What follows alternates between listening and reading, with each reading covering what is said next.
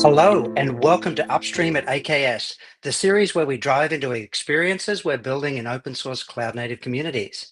My name is Lachie Evenson, and before we get into the topic for discussion today, I'd love to tell you a little bit more about myself. Thanks for being here. I'm a product manager in the cloud native ecosystem team, where our mission is to help make the community successful through building open source cloud native experiences. And we have an awesome team that you'll find in almost every part of the cloud native ecosystem. And with that, I'd love to introduce a friend and colleague of mine, Jack Francis, to the stage here. Welcome, Jack. It's great to have you here. Now, I've known Jack for almost 10 years. I look back in the Wayback Machine, and Jack and I have had the privilege and honor of working together for almost 10 years. So Jack is a member of our Upstream team and works at engineering problems and solutions that we have, solutions to problems that we have in the open source ecosystem. So without further ado, I'd love to introduce Jack. Jack, please tell us a little bit more about what you do at Microsoft and what you do in the cloud native ecosystem. Welcome. Thank you, Lachie. Yeah, we have sort of ridden on a common surfboard as the Kubernetes wave has taken over the entire habitat that we exist in day to day. Yeah, so I'm Jack. Really great to be here. Really glad to be a part of this series.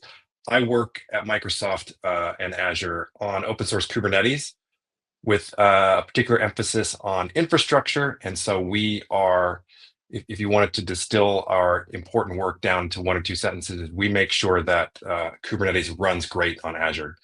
So that includes paying attention to and contributing to all of the critical and supportive projects around that particular ecosystem. We're super on guard for all the tests that integrate various Kubernetes functionalities into Azure and product offerings like AKS. We partner closely with AKS to make sure that the sort of foundational layers of Kubernetes and Azure are ready for prime time. And we're really excited right now is sort of really exciting time in terms of the intersection of that space with all this AI stuff. As one can imagine, infrastructure is a very, very important aspect of successfully executing all this AI ML fun that we're currently all in the process of doing. Yeah, thanks, Jack. I'm so excited to have you here. And as I think back, our journey together, we started back in 2016 when Kubernetes was just a baby. And I think one of the privileges we've had over the years is to actually watch Kubernetes grow up. Now, as I was Right. thinking about, AI, as you're talking about now, we didn't start there, right? And when I started getting into Kubernetes, it only really ran stateless 12-factor applications back in the 1.0 and 1.x days. And one of the great things about Kubernetes is the staying power to change and meet the needs of new workloads. So as I said, it started with stateless 12-factor apps. There wasn't even persistent storage in Kubernetes 1.0. There was no concept of volumes. Basically, when a container or a pod died, you lost everything in it. And I think the interesting thing about Kubernetes is its ability to change. So throughout the years, it was able to support stateful sets and stateful workloads because we added persistent storage and many other things. Custom resource definitions allowed us to change Kubernetes. And as you alluded to, we're going to take a look and in this discussion, really focus on the future of Kubernetes and its place in the AI transformation that's happening in the industry right now. So one of the great things, before I ask you a question here, Jack, is what I see when I look around the ecosystem is the AI is changing the world, the way we work, the way we live, and there's a massive opportunity here. And really in the engine room of this transformation is the infrastructure, as you said, which is powering this development in this AI ecosystem. Now, one of the things I think is really interesting about that problem space is how it's a massive distributed system. This is a new workload. And, what do we need to do to Kubernetes to make it ready for prime time for AI workloads? Now, if you take a look around the ecosystem, companies like OpenAI, Perplexity, Mistral, they've all talked about how they're using Kubernetes in the engine room to power their platforms and experience they're delivering to your customers. Now, I want to really focus in what your part of, and role in there has been, Jack. So if I start with something like the hardware, how are we bubbling up all this specialized infrastructure like GPUs and like this specialized hardware? What's Kubernetes, purpose in that journey of connecting the specialized hardware and making it ready for prime time for AI? Well, let me do a super fast high-level overview of the historical part of that journey. So historically, you have things called nodes, which map sort of one-to-one to underlying machine infrastructure, whether it's a VM or a bare metal machine. And there are all kinds of sort of flat structure labeling and annotation and metadata interfaces that are available to you to describe that machine. And so you could certainly use those interfaces to describe things like hardware capabilities on that machine. What over time, what we've run into as Kubernetes has become so effective at being the standard infrastructure platform for scaling multi-tenant infrastructure, production applications, which AI is the ultimate sort of stress test of that value proposition, I think, that we've seen. Um, uh, Classifying all of the hardware infrastructure simply statically in a bubbling up that information to a VM as static information isn't sufficient to represent more complex topological relationships that machines have to one another in these massive scale heterogeneous environments. So maybe one way to simplify it is to say originally there was a sort of assumption that machines running in a cluster were either heterogeneous or homogeneous. Now we have a situation where they're both at the same time. So there are certain aspects of Mm, machines that are similar that could fit into a sort of legacy classification of a node pool. Node pools traditionally are classified as, you know, scaled out replicas of machines that come from a common are recipe. identical. Okay. But machines can now be attached to whether it's network I/O, all kinds of additional sort of hardware componentry. You can have novel connections between machines, and this, of course, comes into play with um, let's say AI training jobs or inference production workloads, which have sort of by definition they're definitionally interconnected graphs of computation. And so being able to represent those relationships to Kubernetes is something that the Kubernetes ecosystem has really decided we need a new API to do that. Okay. Okay. I'm gonna dive into that question, or at least that response in a minute. But what is that work called in Kubernetes? Does it have a So name, and where is that work happening? yeah, so that work is sort of fallen under the name of DRA, so which stands for Dynamic Resource Allocation. Okay. And got to give a shout out to Patrick from Intel, who's been driving this for many years, amongst other folks. John from Google, John Bellamaric, and then on NVIDIA is a primary sort of vendor stakeholder. So Kevin Kay, who we know, I think, in the community, and various other folks from NVIDIA have been sort of key drivers over the last several years Yeah. moving this forward. It's gone through several iterations, so it's really been a years long effort that has finally kind of concretized in the 132 release cycle and will be released to the world as GA in 134.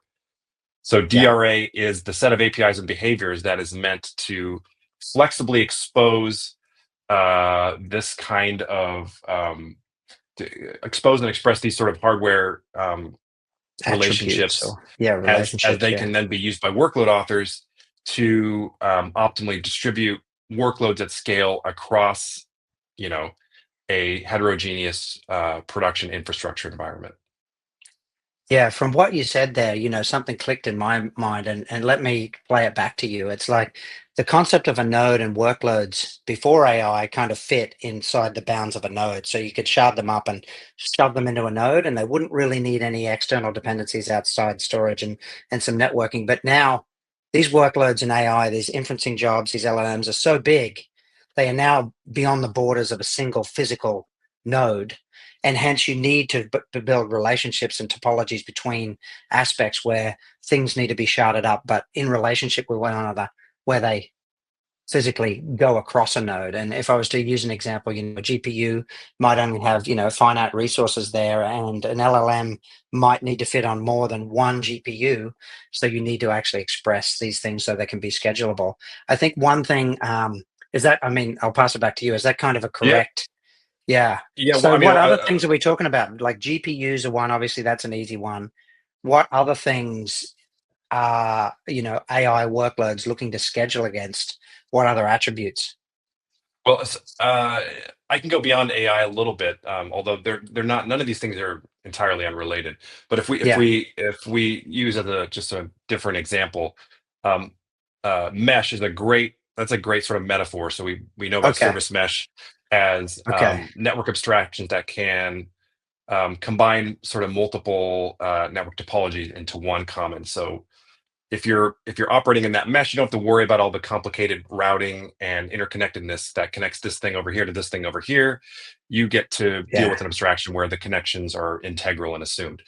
So similar to that, you can have Mm. so DRA can allow more advanced network type topologies. I mean, really, the simplest way to think about it is that historically a node can declare, I can do these things, I have these capabilities. But what's super important now, and what I think AI ML um, demands of Kubernetes, is not simply to ask a particular node what it's capable of doing, but what is it capable of doing with other sets of nodes? What's Yeah. your operational, what are the operational outcomes if I pair this node with this node compared to this node with this other node? And I want to pick the better one. And I want to be able to ensure that workloads that need to be split in two, and of course, this is a simple example because often workloads are going to need to be split into thousands. So you can imagine the complexities at scale. But you want your two workloads to go onto the two nodes that are optimally related for performance. And Yeah. then as things get more sophisticated, you want to be able to declare things like, I want the optimal set of uh, internode connectivity, but my job is so important and the long tail is such that I can actually afford to get scheduled in a de-optimized way if it comes to that, if there are capacity Yeah. constraints. Yeah. So all of these things, it's just 7-dimensional Tetris.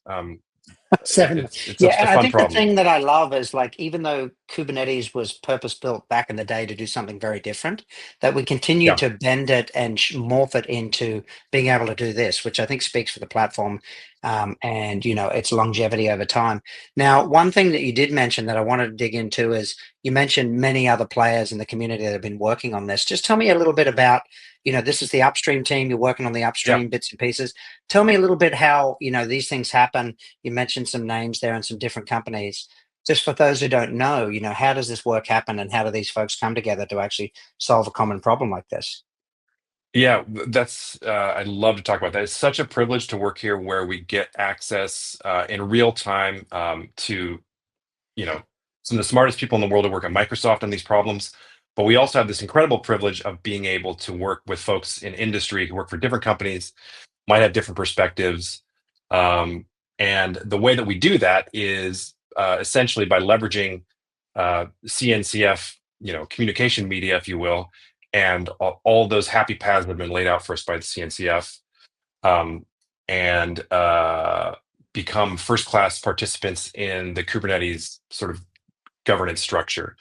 So I'm involved in SIG Autoscaling as a tech lead. I'm also involved in various other SIGs from time to time in various capacities, SIG node, SIG scheduling. So maybe I'm skipping a little bit ahead of time, but ahead of things.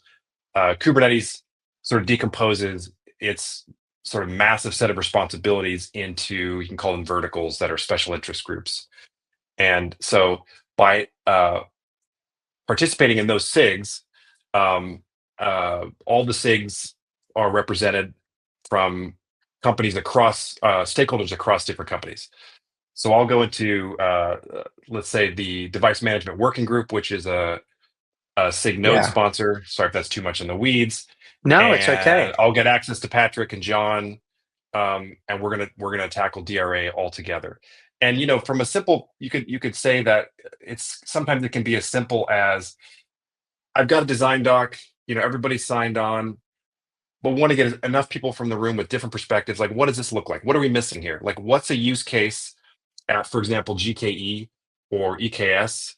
What's a use case in AKS that I don't have exposure to that I need to know about so I can make sure that my design doc and my implementation and ultimately my solution covers the entire ecosystem. Yeah. Um, Yeah. I and think that's really these powerful. environments, we're really all in it for the whole community. I think we're all happy to be employed by great companies, but it's really great to have that day-to-day reminder as part of this team, you can really touch and feel the experience of the fact that if the community rises, we all rise. If it falls, we all fall. So Yeah. it's a Yeah. really Yeah, thanks for sharing that perspective. I think it's a really powerful thing to be able to work with the greatest minds in industry to actually solve a common problem. So that's great. Thanks for that insight. Something I wanted to touch on that you did mention was your role in SIG autoscaling. Now, when I think about all these machines, the cost of GPUs, spinning these things up, and the dynamic nature of it all, what are you doing in things like autoscaling for something like Kubernetes to take advantage of these AI, well, really to be optimized for AI workloads and the elasticity of it going up and down? Are you doing anything in the auto scaling side? Yeah, I could talk a little bit about. There's a so there are two primary autoscalers that are under the sponsorship of SIG Autoscaling. One is Cluster Autoscaler, which has been around really since the beginning of Kubernetes time. So it's a testament to that it's lasted this long and it's still, providing tons and tons of value to solve these super hard problems. Um, it the key thing that we're working on is to ensure that the the auto scaling that Cluster Autoscaler provides, which scales out across sort of traditional node pools, like I discussed earlier, homogeneous node pools that replicate out and replicate in according to demand. Need to make sure that those node pools, which are running nodes that may be DRA aware, in other words, they may be exposing their hardware capabilities, as we described before, through these new Kubernetes APIs. We need to make sure that the cluster autoscaler can understand those APIs so that as workloads arrive that need to be paired with those APIs, that it can pick the right node pool, which is going to fulfill those Mm, requirements. Another autoscaler in SIG autoscaling is Karpenter, which came out of AWS, and that has a different approach where it from a user perspective, it certainly creates new infrastructure on demand, so it fulfills that kind of autoscaler definition. But importantly, it acts as a provisioner, and it's not. It doesn't have an assumption that you're running horizontal node pools, so it can get access to the entire set of infrastructure at your disposal. So, for example, if you're in AWS, you can um, build clusters according to the entire EC2 instance portfolio, according to your mm, workload needs. So the challenge with DRA there is, as I mentioned before, that DRA, one of the key value propositions of DRA is to be able to expose a flexible API that enables access to flexible topologies on the back end, node interconnectedness. With Karpenter autoscaling, because Karpenter is actually a provisioner from scratch, you can actually we are trying to build a world where with DRA we can leverage Karpenter to actually render those complex topologies from first principles. First principles being like mm, a workload author describes these things I'm saying, like, I'm a GPU node, I have this much replication requirements, I need this many nodes that have this type of high-speed connectivity, and Karpenter will go and render that topology from scratch. That's a lot different than, like, say, a cluster administrator or an operations administrator laying out a topology in advance, exposing that topology to the cluster administrator, which then exposes that to the folks who are actually using the cluster, and then you're dealing from like a sort of fixed set of topological constraints. In Karpenter, I mean, this is aspirational, but with Karpenter, you can literally give that power over to the workload authors who can declaratively describe a kind of ideal topology, and then Karpenter will just go build that for them. And that's an extremely yeah. powerful thing that we're looking to build. That'll be complex. We've just sort of begun that effort, and it's going to be really exciting. Yeah, I don't know what I like more about what you said. It's like the ability for a workload author to be able to describe exactly what they need, and for a tool like Carpenter to be able to figure out and say, "Here you go, that's what you asked for." Yeah. Or just like the sheer scale of being able to spin up these things that are purpose built exactly for the workloads, and deliver just in time. So I think that's great work. I'd love to see that progress and develop. I think you've spoken about kind of the auto scaling, giving the infrastructure just in time. If I was to flip it on its head, how do we actually schedule workloads? Like, what are you doing at the Kubernetes schedule layer? Are you looking at, workload specific schedulers or anything on that front? Well, the I don't want to put words in the folks' mouth who came up with all this over the past several years, but I think the promise of DRA is that the additional value add to all this flexible scheduling gets baked into the default scheduler. So Okay. as you point out, maybe folks who are watching this and aren't aware, you can the scheduler in Kubernetes is pluggable. So Hmm. um, the problems we're describing are basically mainstream in 2025, especially for hyperscalers, but they've actually been around in some capacity for a while. And so folks realized long ago that they were going to Mm, need um, more flexible scheduling implementations to be able to do the things they need in their given environment.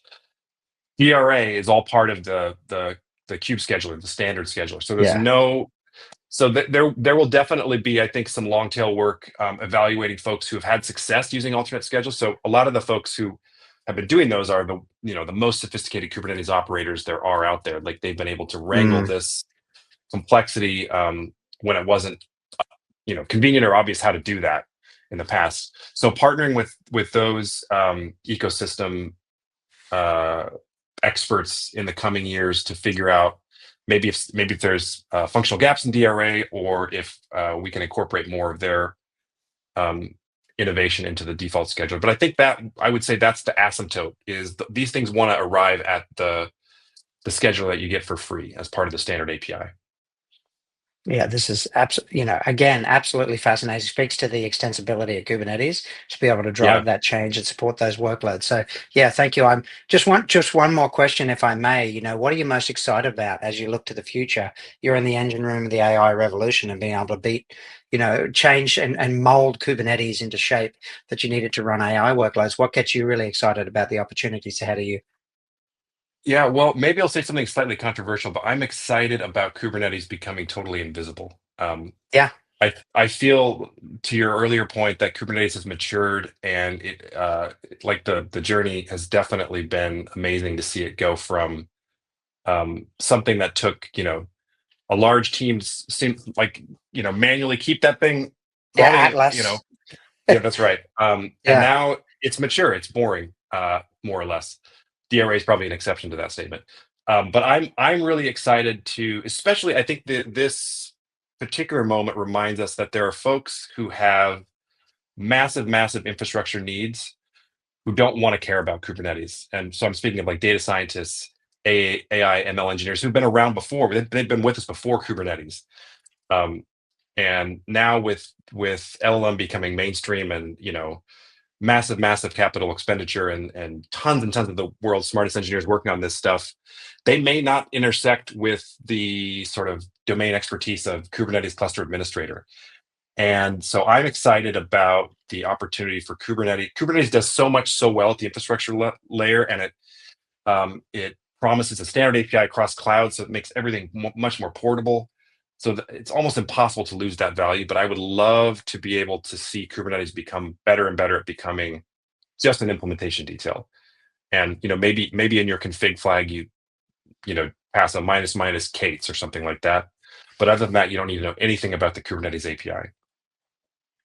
Yeah, I think I can definitely jump on that, that vision. I know when I get into a car, I don't really necessarily need to understand how it was constructed or built. I just want to drive the car. And I feel the same way of what you're describing, that future world of not necessarily understanding the power that you have in the distributed system and the scheduler that you have under the hood, but it just works for whatever you need, whatever workload you throw at it. So I think that's a great opportunity. Jack, I feel like we could talk for hours and have a really deep discussion about many Okay. things.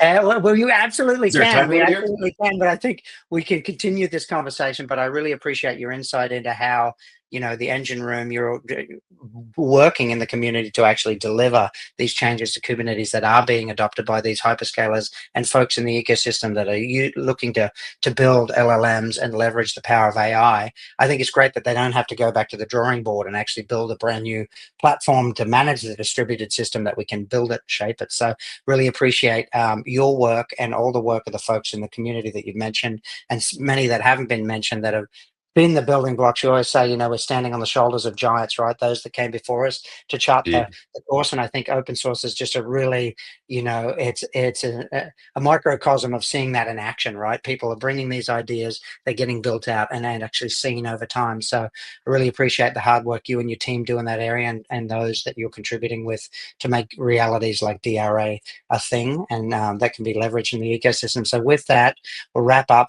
Thanks for joining us, Jack. It's really great. I always have have such a wonderful conversation with you, and I feel like I leave the room way more educated than I came in. So I really appreciate the way that you were able to explain these really complex topics in a way that at least I can understand. I think you did a great job of that, and I'm really excited to see all the work and workloads that these power in the future. So with that, just wrapping up, I really appreciate it. If you like this session, please click like and subscribe, and don't forget to please give us feedback of what you enjoyed about this session and any other topics. If you'd love to have Jack back, please let us know. We'll get Jack back. We'll make sure he has time to come and talk to us again about some other things. So please let us know. We're open to feedback. And with that, we'll see you at the next one. Thanks, Jack.